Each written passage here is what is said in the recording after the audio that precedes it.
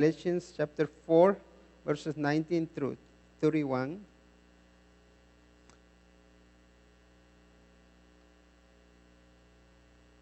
Sigue sin obedecer. Bueno, Gálatas 4 del 19 al 31. Dice la palabra de Dios. Hijitos míos, por quienes vuelvo a sufrir dolores de parto hasta que Cristo sea formado en vosotros. Quisiera estar con vosotros ahora mismo y cambiar de tono, pues estoy perplejo en cuanto a vosotros. Decidme los que queréis estar bajo la ley. ¿No habéis oído la ley? Porque está escrito que Abraham tuvo 2 hijos, uno de la esclava, el otro de la libre. Pero el de la esclava nació según la carne, más el de la libre por la promesa, lo cual es una alegoría, pues estas mujeres son los 2 pactos. El uno proviene del monte Sinaí, el cual da hijos para esclavitud. Este es Agar, porque Agar es el monte Sinaí en Arabia y corresponde a la Jerusalén actual, pues ésta, junto con sus hijos, está en esclavitud. Mas la Jerusalén de arriba, la cual es madre de todos nosotros, es libre, porque está escrito: regocíjate, oh estéril, tú que no das a luz, prorrumpe en júbilo y clama, tú que no tienes dolores de parto, porque más son los hijos de la desolada que de la que tiene marido. Así que, hermanos, nosotros, como Isaac, somos hijos de la promesa. Pero como entonces el que había nacido según la carne perseguía al que había nacido según el Espíritu, así también ahora. Mas, ¿qué dice la Escritura? Echa fuera a la esclava y a su hijo, porque no heredará el hijo de la esclava con el hijo de la libre. De manera, hermanos, que no somos hijos de la esclava, sino de la libre. Vamos a orar. Nuestro buen Dios, te agradecemos por el privilegio que nos das de poder abrir tu palabra, meditar y aprender de ella.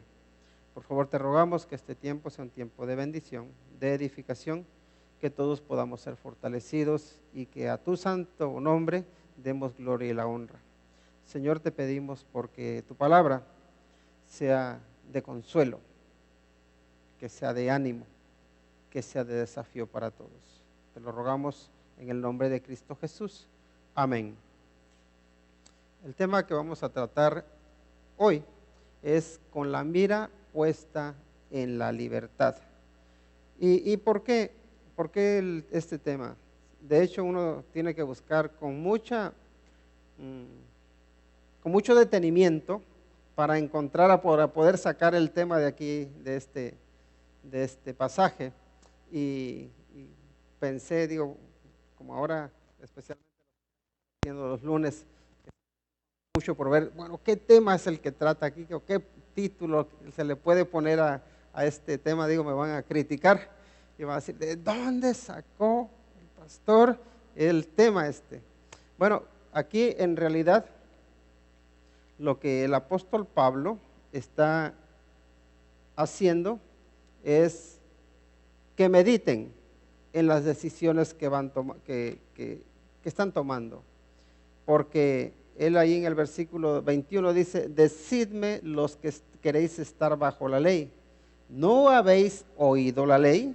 Porque escrito está que Abraham tuvo 2 hijos, uno de la esclava, el otro de la libre, y ya empieza a poner ahí un ejemplo, y entonces lo que está poniendo es el ejemplo de Sara y Agar, o de Isaac e Ismael, y representan a la esclavitud y a la libertad. Entonces la pregunta que uno tiene que hacerse: yo, cuando miro a Cristo, ¿tengo la mira puesta en la libertad o pues tengo la mira puesta en la esclavitud? Y a veces, incluso creyendo que estoy haciendo cosas buenas, especialmente cuando soy legalista, cuando empiezo a poner o a dar mandamientos de hombres, estoy metiéndome en la esclavitud.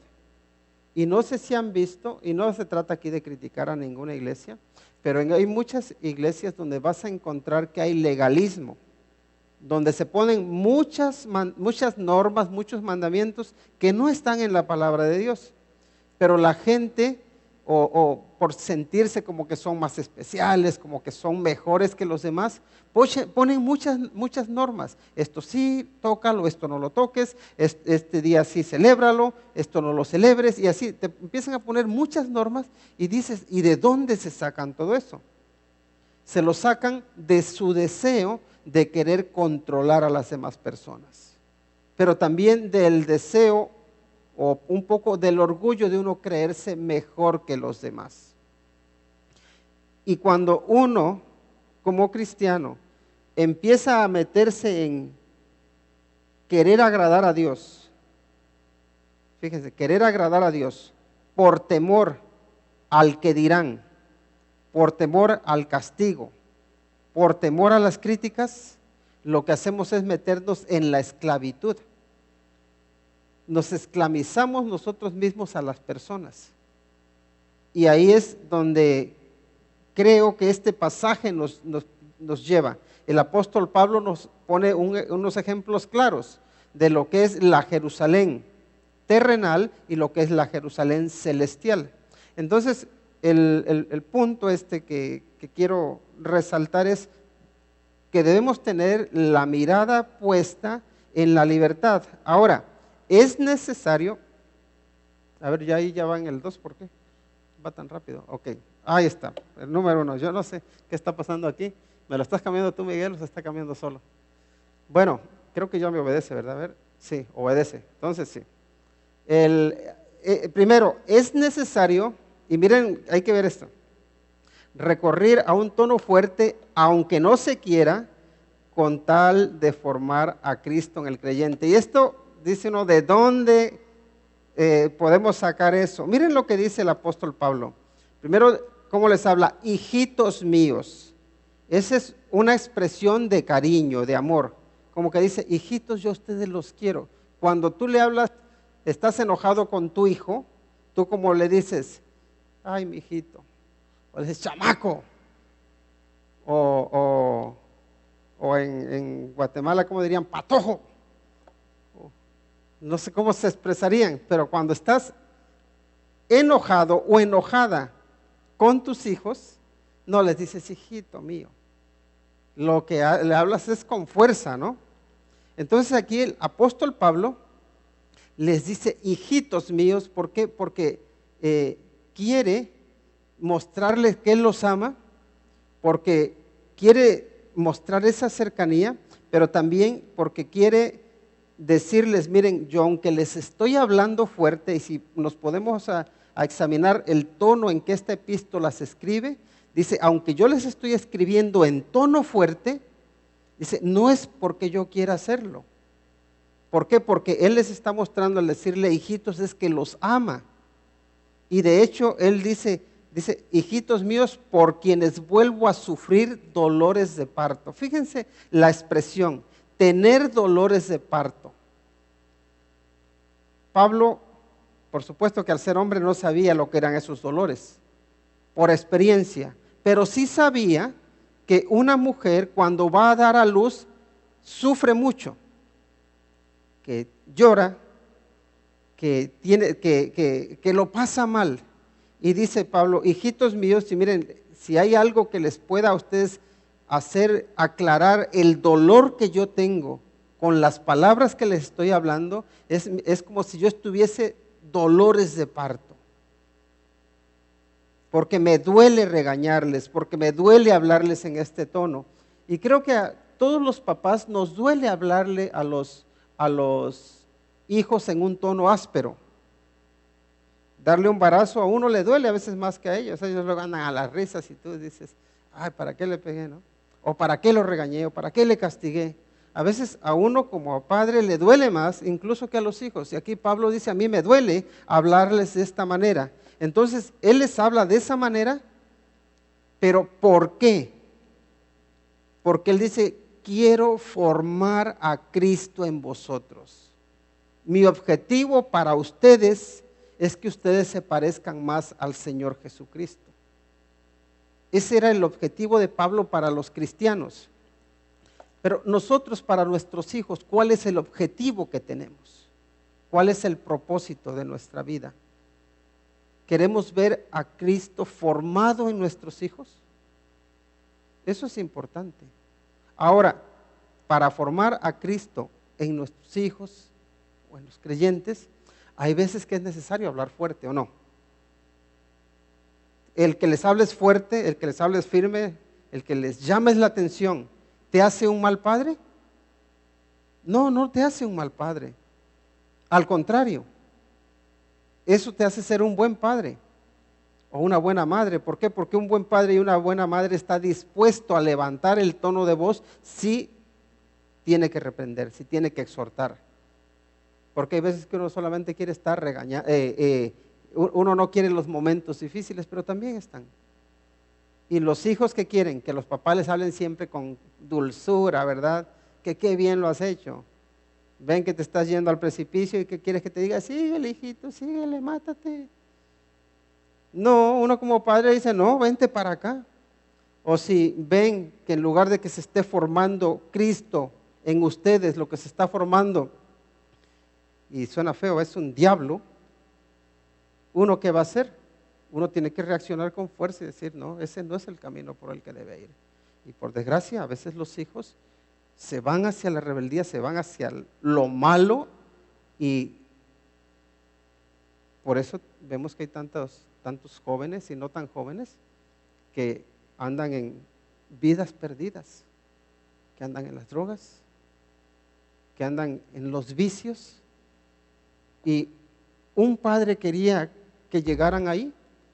No, uno como padre no quiere que lleguen ahí, pero llegan ahí. Y en este caso, el apóstol Pablo quería que los gálatas vivieran libres, pero lo que ve es que llegan otros, malas influencias, los judaizantes, y les quieren robar la libertad. Y por eso el apóstol Pablo dice, tengo que hablarles fuerte porque veo que ustedes no están entendiendo lo que es Cristo, quién es Cristo y su carácter. Así que hay veces que es necesario recurrir a un tono fuerte, aunque uno no quiera, con tal de ¿qué? De formar a Cristo en el creyente. Y no significa aquí que nosotros seamos cero. Dios sí nos utiliza como vehículos, como canales para formar al Señor Jesucristo en otros. Ahora, Él ya vemos que nos dice que Él quisiera cambiar de tono, pero tiene que hacerlo, tiene que hablarles fuerte. Ahora la siguiente pregunta es esta: ¿sabes a dónde te conduce tu estilo de vida? Miren los versículos 21 al 23. Dice, decidme los que queréis estar bajo la ley. A ver, ustedes que quieren estar bajo la ley, de la cual ya les liberó el Señor Jesucristo. Dice, ¿no habéis oído la ley? Lo que le está diciendo, ustedes la han escuchado, y está hablando a personas que quizá no conocían la ley, que son gentiles. Los judíos sí, la conocían muy bien, pero dice, ustedes han escuchado la ley, ¿saben qué es lo que dice la ley de cada uno de ustedes? La ley dice de cada uno de ustedes que ustedes están condenados. La ley a cada uno de nosotros nos declara culpables. La ley lo que hace es obligarnos a hacer algo. ¿Sabes entonces tú lo que dice la ley? ¿La has oído? Dice el versículo 22, dice, porque está escrito que Abraham tuvo 2 hijos, ¿verdad? Uno de la esclava, el otro de la libre. Pero el de la esclava nació según la carne, más el de la libre por la promesa. Y aquí lo que él hace es citar a dos personas que eran muy conocidas primero para los judíos, pero en este caso para los cristianos, porque normalmente cuando se predicaba el evangelio, normalmente, y si ven el caso del apóstol de Pedro, incluso Pablo, Esteban, cuando ellos presentan el evangelio, ellos lo que hacen es mencionar cómo Dios elige a Abraham, cómo hace un pacto con él, luego les cuenta toda la historia de Israel y cómo todo eso los lleva al Señor Jesucristo. Entonces aquí ahora Él les dice está escrito que Abraham tuvo 2 hijos. Un hijo era de una esclava, el otro era hijo de la libre, dice. Pero el de la esclava nació según la carne, mas el de la libre por la promesa. Entonces estos 2 hijos nacen, uno según la carne, que es el hijo de la esclava. ¿Y quién era el hijo de la esclava? Ismael. ¿Y quién era el hijo de la libre? Isaac. Ahora, recordamos un poco la historia. Dios llama a Abraham y le hace una promesa. Él le dice: Abraham, en ti van a ser benditas todas las familias de la tierra. Abraham, yo te voy a dar una descendencia grandísima que no se puede ni contar, no se va a poder ni enumerar, que la podrás comparar como a las estrellas del cielo, o la vas a poder comparar como la arena del mar. Muy bien, entonces esa es la promesa. Pero resulta que Sara era la esposa de Abraham, ¿verdad? Y era estéril. Y ahí ya están los 2 viejitos y no puede Sara dar a luz. Y claro, ya están un poco desesperados. Y llega un punto en que Sara se cuestiona y dice: ¿será que Dios sí quiere darle un hijo a Abraham, pero no me quiere utilizar a mí? Así que le dice: oye, Abraham, tienes una sirvienta, ¿verdad? Agar, sí. Dice: ¿por qué no tienes un hijo con ella? Porque parece ser que conmigo no vas a tener hijos, porque yo soy estéril. Además que ya estaba con 90 años, ya es difícil, ¿no? Entonces, ella no podía tener hijo y Abraham, muchacho obediente, le dice: sí, vamos a tener hijos, voy a tener un hijo con ella. Y tiene un hijo con ella, y es el hijo de la esclava, que es Ismael. Ahora, la promesa que Dios le había hecho a Abraham, ¿cómo la quería cumplir Dios? ¿Con la esposa o con la sirvienta? ¿Quién creen ustedes que tenía Dios en mente? Las esposas. Si Dios te hace una promesa de que vas a tener un hijo y tienes a tu esposa, ¿crees que Dios te va a decir: deja a tu esposa y vete con otra para que tengas un hijo? No, Dios te va a bendecir con la esposa que te dio. Y creo que aquí, entre otras cosas, la duda que tuvo Sara es una duda en la que Abraham tenía que haberle ayudado. Le tenía que haber dicho: mira, Sara, si Dios nos ha puesto juntos y nos ha dado una promesa, la va a cumplir con nosotros. Pero Abraham parece que tenía a Sara, parece como que en segundo, a veces veo un poco como conveniencia nada más. Abraham era un hombre como nosotros. Y la pregunta también es para nosotros. ¿Nosotros a nuestra esposa la tenemos un poco por conveniencia o la tenemos porque queremos su bien? Y también del esposo, porque las esposas, aunque son santas, yo sé que también tienen sus malos pensamientos. A ver, ¿las esposas quieren a su marido por pura conveniencia o lo quieren para su bien? Dices: yo voy a hacer de este un hombre de verdad. Lo voy a hacer que sea un hombre que sea un hombre conforme al corazón de Dios, que sea un hombre de Dios. Quiero formar a Cristo en él o en ella. Hay que preguntarse uno: ¿qué quieres tú formar? Porque hay veces que dices: madre mía, lo que me tocó. Sí, y Abraham, hay veces que lo veo así, porque recuerdan cuando él se va para, ¿verdad? Y le dice ahí a Elimelech, dice: ¿sabes qué? Ella es mi hermana. Si te quieres juntar con ella, yo por mí no hay problema. Y estaba hablando de su esposa. Así era el Abrancito. Y uno tiene que decir: bueno, este era el Abraham, con quien Dios hizo una promesa. Si él era así, ¿cómo seremos nosotros?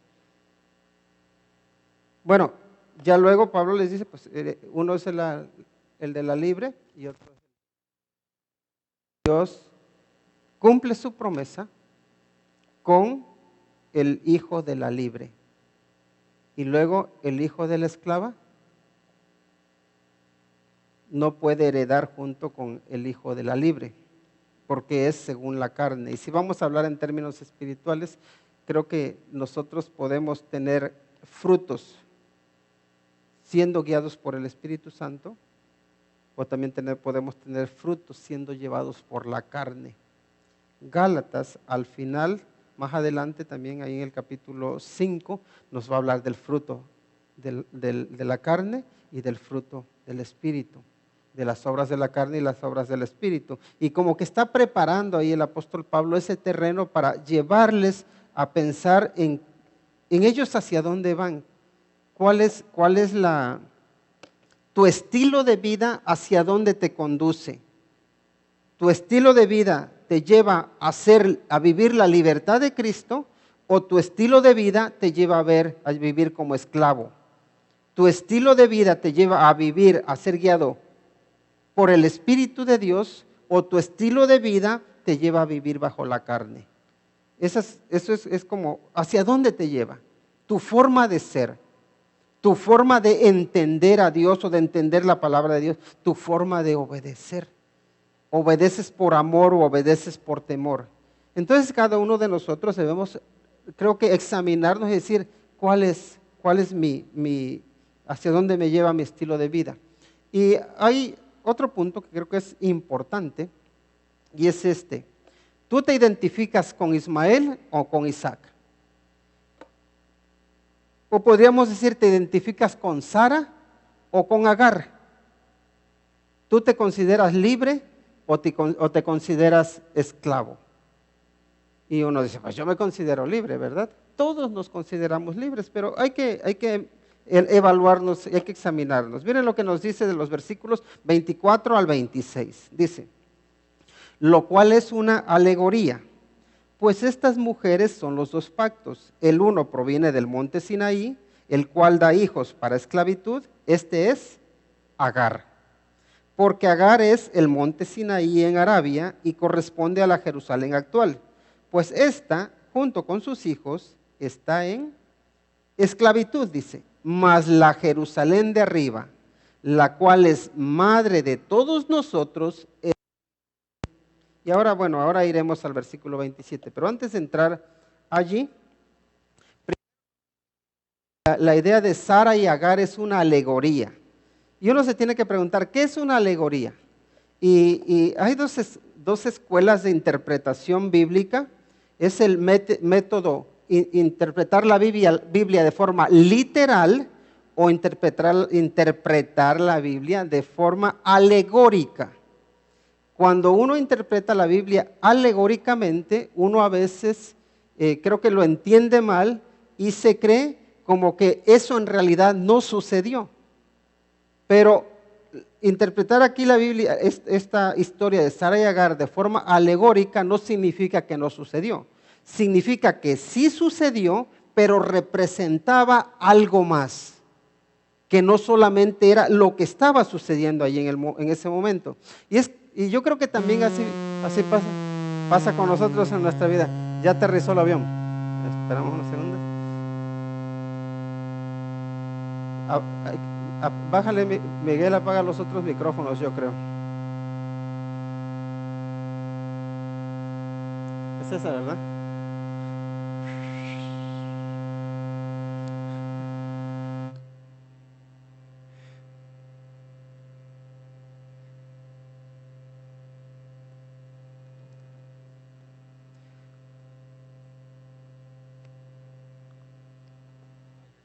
Muy bien, ya llegó a donde tenía que llegar. Pues sí, entonces el que se interprete de forma alegórica, o que diga que es una alegoría, no significa que no haya sucedido. Sí sucedió, pero tenía un significado más profundo. Y lo que les decía con relación a esa escuela de interpretación alegórica, ¿sí se escucha bien? Sí, ok. Porque hay muchas personas que todo lo quieren alegorizar en la Biblia, diciendo que no es un libro histórico, sino que es un libro de fábulas o de historias, que nada más lo que están queriendo enseñar, historias, enseñanzas morales, pero que no se puede tomar como algo histórico. Pero yo creo que es histórico, pero aquí también es alegoría en ese sentido de que nos está apuntando hacia una enseñanza